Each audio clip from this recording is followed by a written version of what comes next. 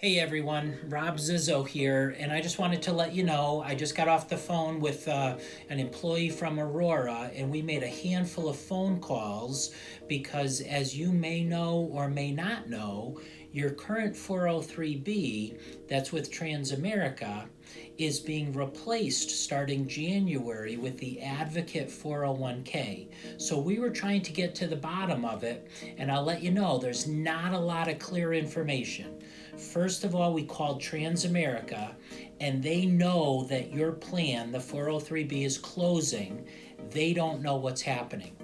We were referred over to ADP, which is the current 401k, and they know that they're being terminated but don't know what's happening.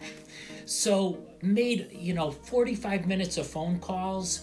What I do know is that at the end of the year, Advocate has a new 401k that you're going to be enrolling in through your active enrollment that starts October 30th.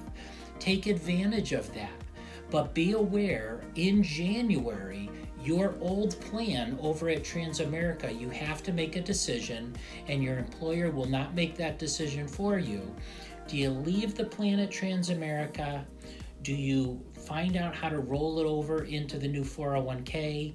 Or do you take that opportunity to transition that out to a traditional IRA, a tax-free rollover? We'd love to help you make some of these decisions. We're already working with Aurora employees in making these decisions.